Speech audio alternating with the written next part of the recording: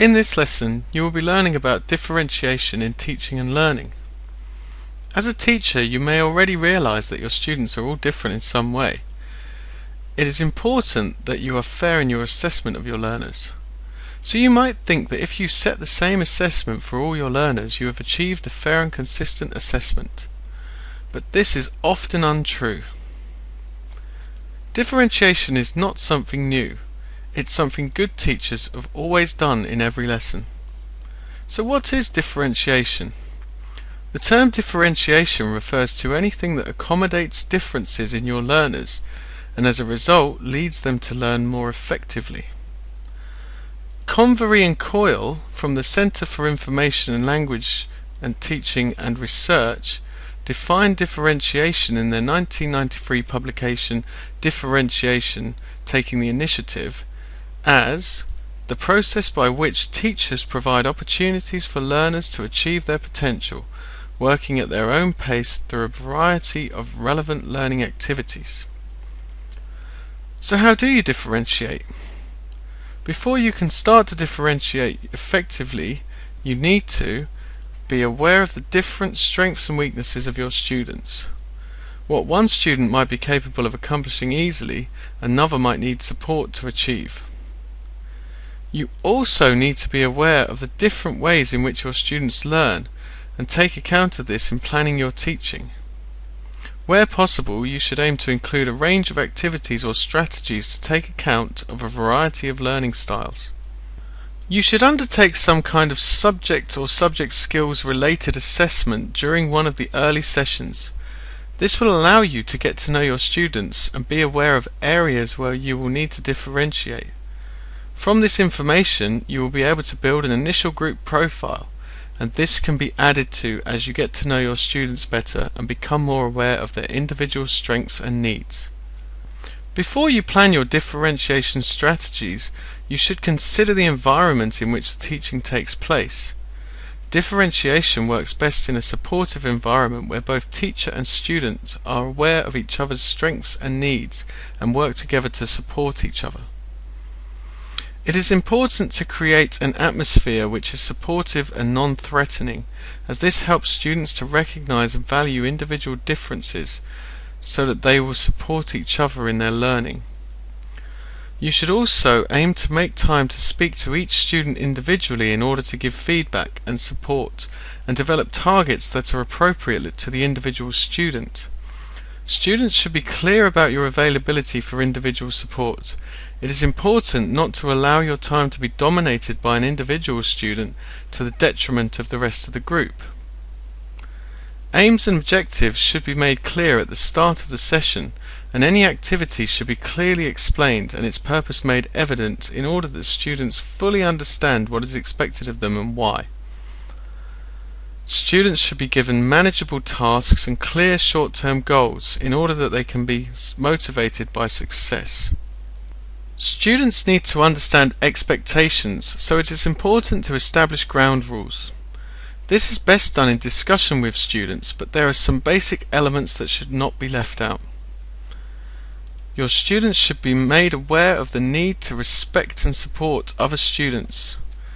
This could be linked to a discussion about equality and diversity, types of bullying, appropriate language, and appropriate behavior. Students should be made aware that not everyone works at the same pace, and that those that work more quickly should not dominate the lesson. This could be facilitated by the use of direct questioning, elected spokespeople, limiting the number of answers per person, mini whiteboards, and other classroom management strategies.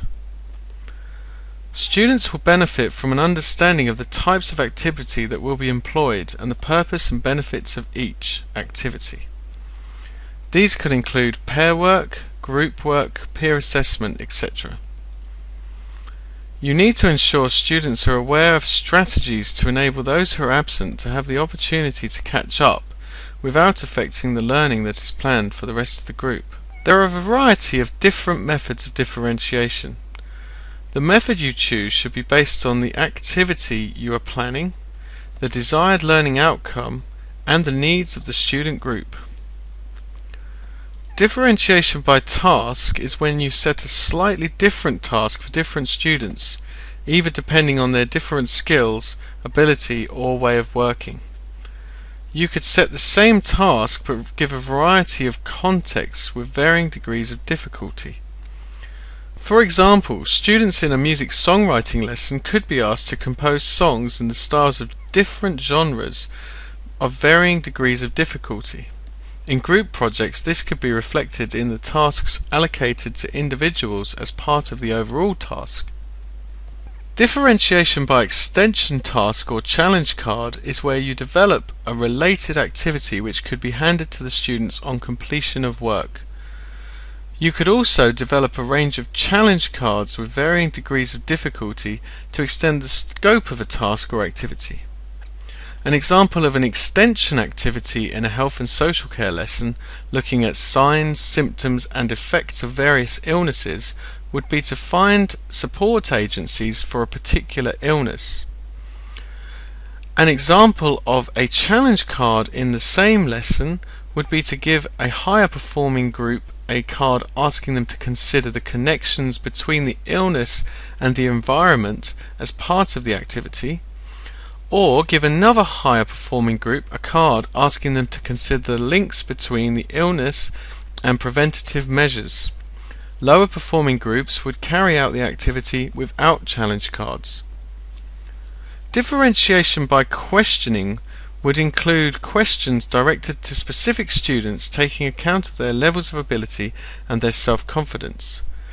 This could either be to check their understanding or to push them to enable them to explore the subject in more depth. A range of questions should be planned beforehand. This should incorporate the assessment of different levels of learning.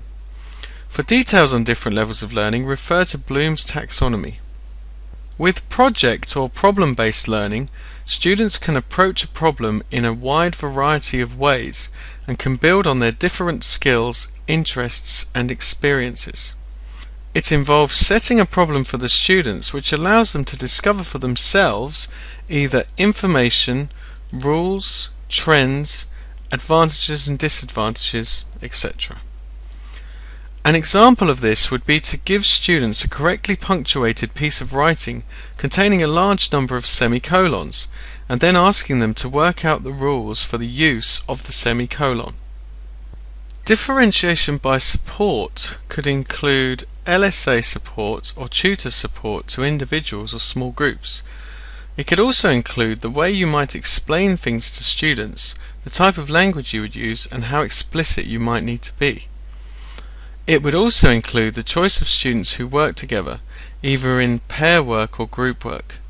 This could mean mixing stronger and weaker students or students with different skills so that they can support each other, or having stronger and weaker groups to allow the teacher and LSA to focus their support. Differentiation by outcome refers to the expectations we might have of our students' work. For example, if a student has been struggling with a particular aspect of the course, the teacher is likely to value a basic outcome more highly for this student than for a student who has found this aspect particularly easy. Therefore, expected outcomes can be matched to the previous performance and targets set. Differentiation by interest involves using student interest as a motivating factor, grouping students with similar interests, organizing tasks themed on student interest where possible, or making the most of opportunities to allow students to share their skills and knowledge. This can also help in celebrating diversity. Differentiation by culture involves taking account of learners' diverse cultural backgrounds. At its simplest, this means using images and examples that reflect cultural diversity. You should ensure you are aware of the importance of cultural traditions and features in your group. This may involve some form of research on your part. At another level, it might mean devising activities that tap into diverse perspectives or traditions to enrich the whole learning experience.